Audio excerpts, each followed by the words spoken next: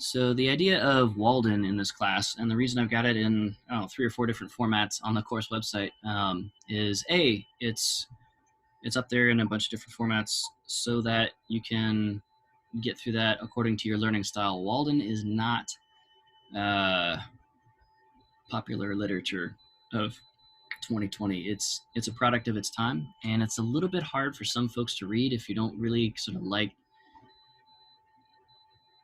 sort of the mid 1800s style of public dialogue.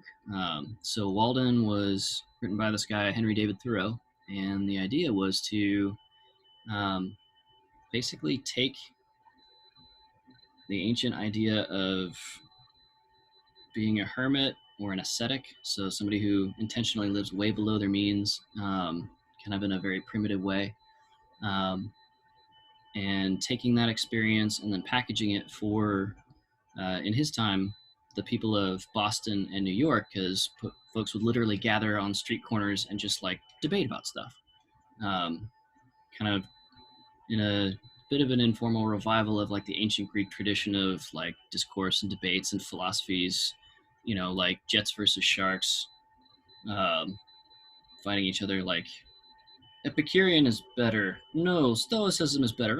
Like fight, fight. No.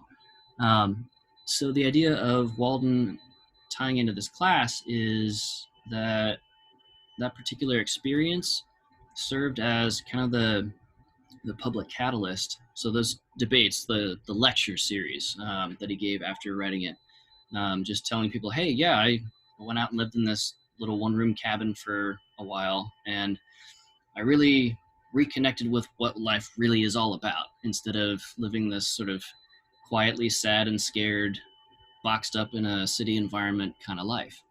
Um, and so that by the late 1800s had kind of jumped into the American discourse, the American conversation of our cities are growing rapidly. Um, we're about to get into sort of the muckraker era of journalism where, like kids are getting sucked into machines in factories to make you a cheaper pair of leather shoes um, and stuff like that, right?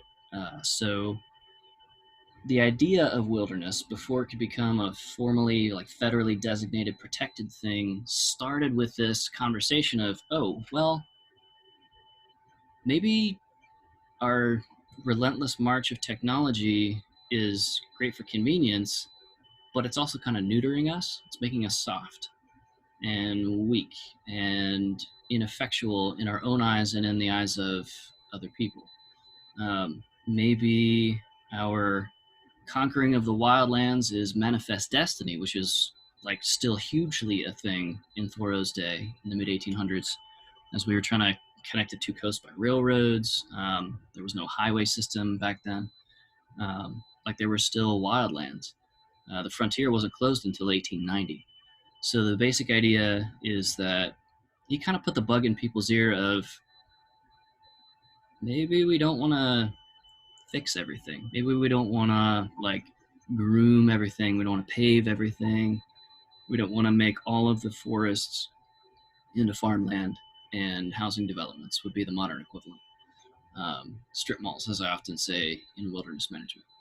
So that's the basic sense of it. Like we didn't know we had a problem until Thoreau and others like him, the Transcendentalists, were a group of authors and poets kind of along this line, kind of romanticized the kind of glorified nature, saying, "Hey, this is noble. This is the ideal, not just your bank balance, not just the niceness of the clothes you wear. Like they're fine. You need clothes, but are you really going to spend your life, spend your strength on getting more clothes?